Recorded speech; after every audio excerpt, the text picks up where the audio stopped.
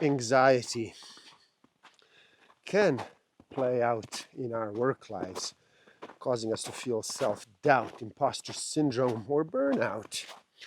It can interfere with our relationships, coming between us and the people we love. It can wait for us in the wings, ready to sabotage our efforts and undermine our dreams. It is there in our family life or with our friends. When we look in the mirror, anxiety is in our thoughts, but it's also in how we feel in every cell of our body. It's tight muscles, it's frazzled nerves, it's upset stomach, sweaty palms, headaches, and allergies. It is lurking in our learned behaviors. 64,000 is the median number of words per book. Average person reads about 200 words per minute. Simple math will tell us that is one book in 320 minutes. To accomplish this in 7 days, numbers say you would have to read for 45 minutes a day.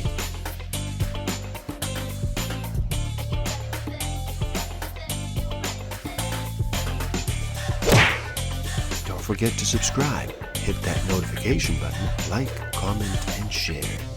Enjoy. Welcome to the Book of the Week series. Every week as I read another amazing title, I share it with the world. My name is Igor S.F. Walker. Today we look at Calm Your Thoughts. Stop overthinking, battle stress, stop spiraling, and start living by Nick Trenton. So how about you slow down and relax? Reduce all that noise for just a bit. Make that choice and decide to listen. In this video, we are taking a closer look at what anxiety is, how it works, and how you can learn to live a life that feels good to you, despite experiencing anxiety. Stressful overthinking can feel like a trap, like something you can never escape or fix, but you can. Stick around till the end. I will share with you some tools I haven't used that will help you tremendously in this game of life. Discover a way to find out what actually motivates you. What innate human need is driving all of your decisions and your behavior. I will share some tools to improve your self-awareness, social awareness, self-management, and relationship management. Truth, it will take patience and stepping outside your comfort zone. Like any change in life, it takes time, it takes consistency, it takes courage. The truth is, there is no single cause for anxiety. It's many interrelated causes that all increase your risk or your probability of experiencing overthinking, stress, and tension. Anxiety is at heart a learned behavior, a coping mechanism, just not always the best one. But if you learn that behavior, guess what? You can unlearn it. Anxiety is about the interaction between you and the environment. That means it looks different for everyone. If we do hope to overcome anxiety, then we need to counter this bias somehow and then tip the scales back in the right direction. In fact, we can assume that healthy, happy people who do not suffer from anxiety must be doing something fairly regularly to offset this natural inbuilt bias. This is important. Non-anxious people haven't found a way to be free of worry and live in total bliss all the time. Rather, they experience the same biases that anxious people do experience, only they are better at not taking them seriously and not falling down every anxious rabbit hole that actually beckons to them. The trouble is that once your brain finds what looks like a solution, your analyzing mind we'll find another problem. The problem is not that we are not in control or feel uncertain. The problem is that we are trying to avoid or escape the feeling of not being in control or uncertain. So in trying to avert short-term discomfort, we actually create long-term discomfort for ourselves. The only way to stop anxiety at its source is to confront and face uncertainty and feeling out of control without experiencing it as something bad and unbearable. You cannot avoid uncertainty, and you do not need to. What's more, even if you could, you probably wouldn't do so by stressing and by ruminating. You need to teach your brain that uncertainty is okay. It's not dangerous, and it's not a problem. You need to learn a new response to no longer try to force control, but to practice acceptance instead. No amount of rumination will give you any more control over a situation than you naturally actually do. It only gives you the illusion of having control and a whole lot of anxiety. There's actually only one way out of this spiral, and that is not to try to gain control, but to actually give it up. Instead of pushing against uncertainty, embrace it. Instead of trying to answer your worry question, does she still love me? Do I have cancer? Am I going to fail the exam tomorrow? Deliberately practice leaving it unanswered. Do not research, do not Google, do not ask others, do not write a list. Do not think about it. Tell yourself that analysis is not the solution, but really just more of the same problem. If you can, sit with the feelings of uncertainty for long enough. Eventually, your anxiety will lower on its own. You stop. You realize that you are avoiding discomfort. You take a deep breath and just let the discomfort be. You keep breathing without trying to control. To your surprise, within 15 minutes, your mind has actually moved on, and it genuinely doesn't seem to be at the end of the world anymore. In time, you develop something special. Emotional resilience, i.e. anti-anxiety.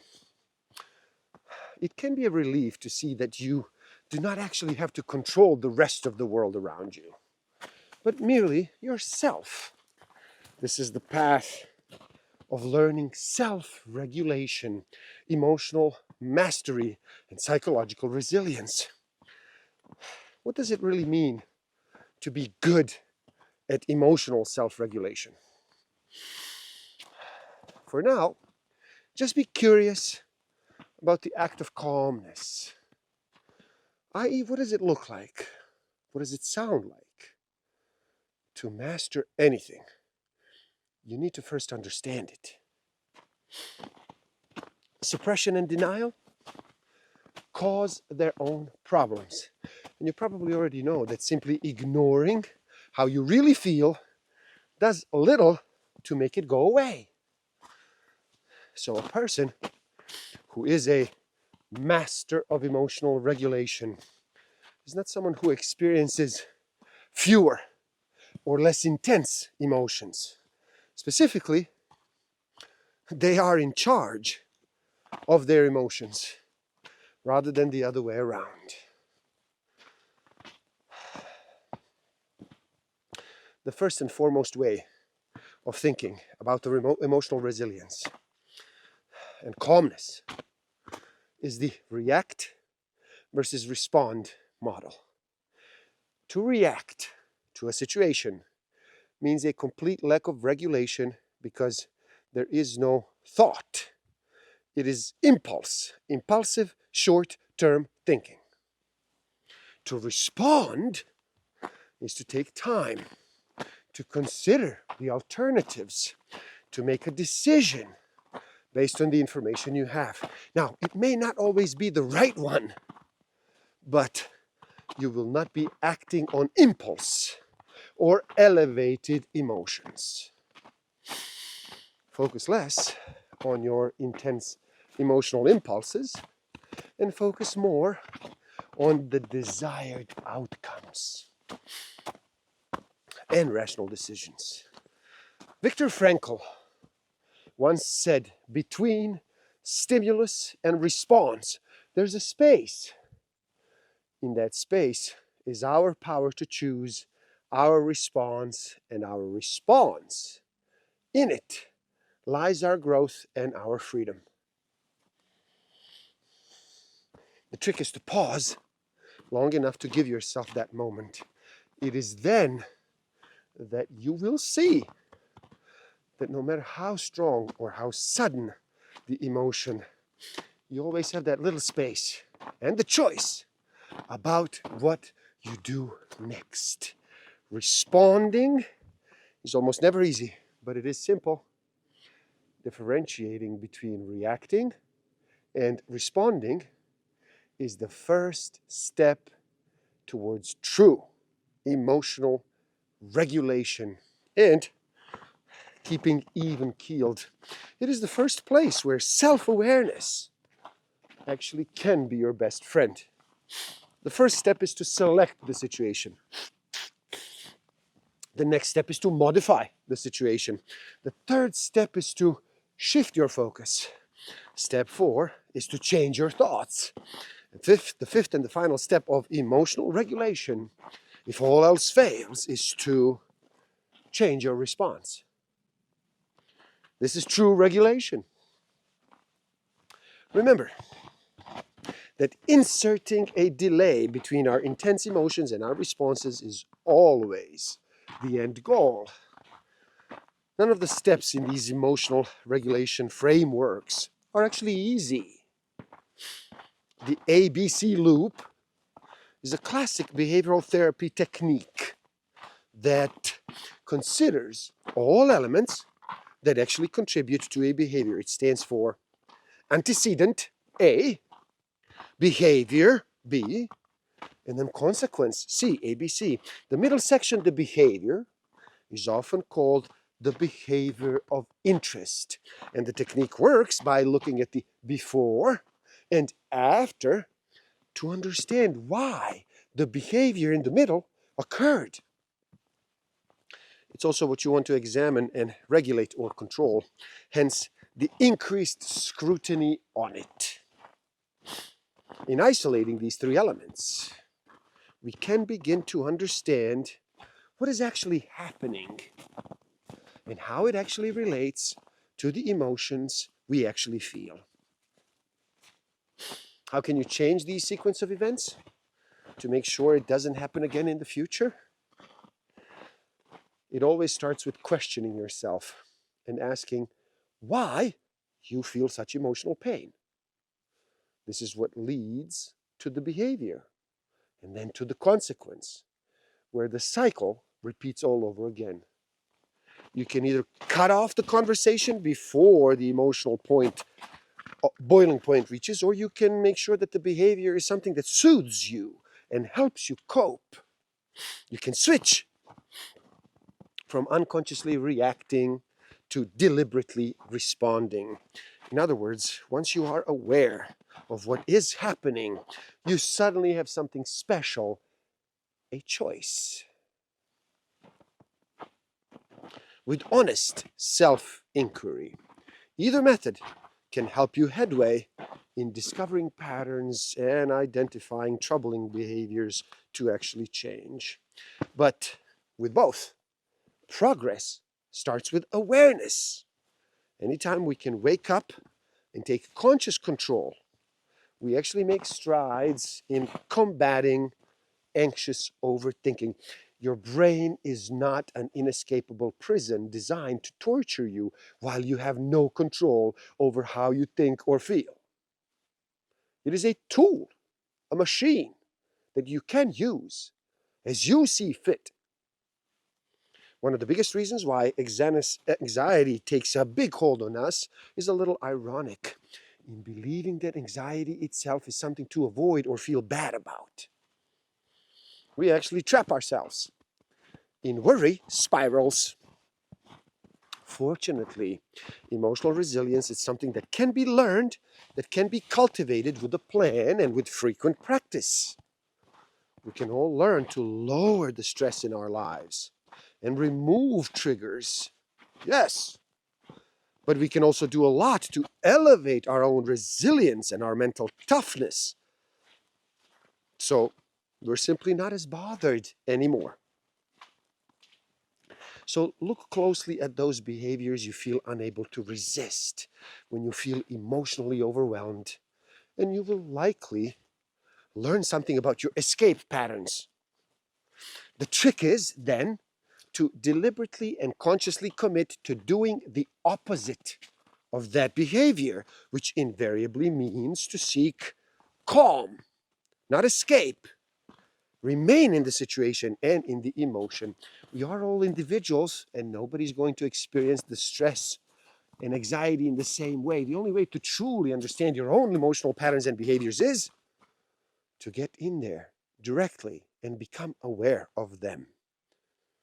Nothing outside of us can truly bring happiness or even security. The only ones in control of our own happiness are ourselves. Our dependence on others might obscure that fact, but it does not change it. As our attachments grow, our expectations become more fixed in our minds. Our fear of losing what we do desire, it becomes more acute. Detachment relieves us of our expectations. Our happiness isn't based on a need. It actually becomes authentic. We don't rely on things outside of us to make us happy because we are complete as we are. We can achieve happiness on our own. Happiness from outside factors becomes just an addition to a positive state of mind, not the only source. Your goal is to tolerate and to manage anxiety, not to turn a blind eye to it.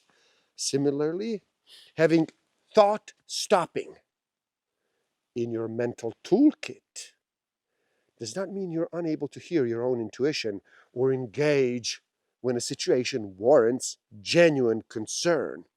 Thought stopping is merely a mental fuse that actually lets you halt catastrophic rumination before we get too carried away with it.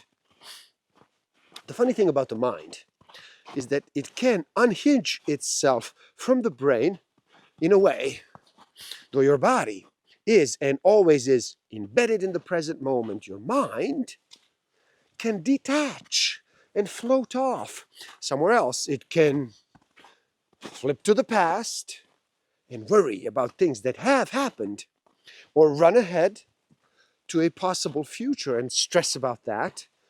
Or it can float around vaguely in hypotheticals and impossibilities that don't strictly belong anywhere. We are reminded again of the image of the mind being a poorly trained dog on a leash. It just goes everywhere. Now, just as you need to consistently train a dog to heel, you need to consistently train your attention to focus on what you want it to focus on. Uncertainty, discomfort, and negative emotions are a part of life. Sometimes anxiety is unavoidable, but we can debug the machine that is our brain. We can choose to adopt a mindset that works for us. Gratitude and the ability to savor life pulls us out of anxious rumination and overthinking. It actually counteracts our natural bias for the negative. By dwelling on the good things in life, we remind ourselves of our blessings. We foster positive emotions. And then we counteract negativity. Rather than waiting for stress to pile up and manifest as a big problem, we can decide to make a habit of releasing tension and stress daily, moment to moment. We can do this as a matter of a habit, continually, before we actually need to. And there you have it. Calm your thoughts. Please do help out. It is easy. Simply like this video so more people can enjoy it. Share it too and spread the word. Do leave a comment and share your thoughts. Subscribe to my channel and stay up to date. The link to this book is in the description below. So buy it, read, never stop learning, especially learning about yourself and nature. So gift yourself by taking the free human needs test on my website and find out what actually motivates you, what innate human need is driving all of your decisions and your behavior. And if you feel you are ready to improve your self-awareness, social awareness, self-management, and relationship management even further, do check out my Master of Life Awareness program. The links are in the description below. Thank you. Love and respect.